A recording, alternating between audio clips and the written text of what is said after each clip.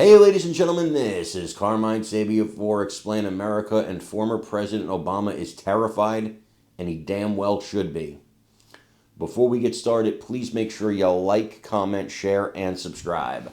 Those little things really help us out, and they help our channel continue to grow. President Obama issued a rare public statement railing against the charges of treason laid on him by President Donald Trump.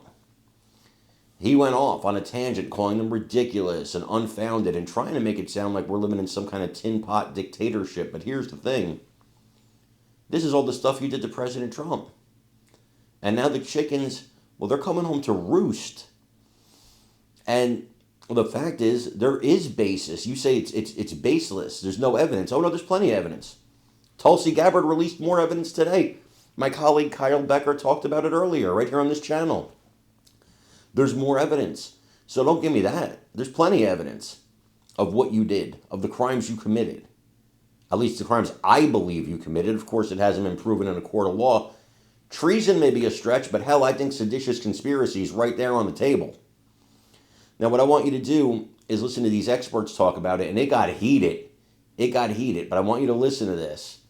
With an Obama apologist and somebody, of course, who was shooting straight. I want you to watch this and let me know what you think in the comments. It's actually what he is doing.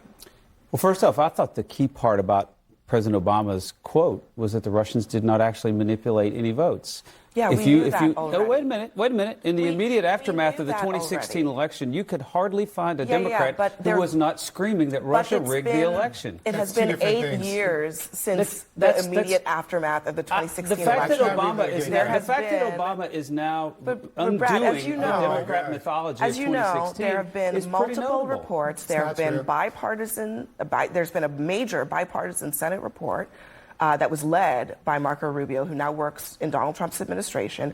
We have known for many years that the Russians did not manipulate the votes, okay? Right.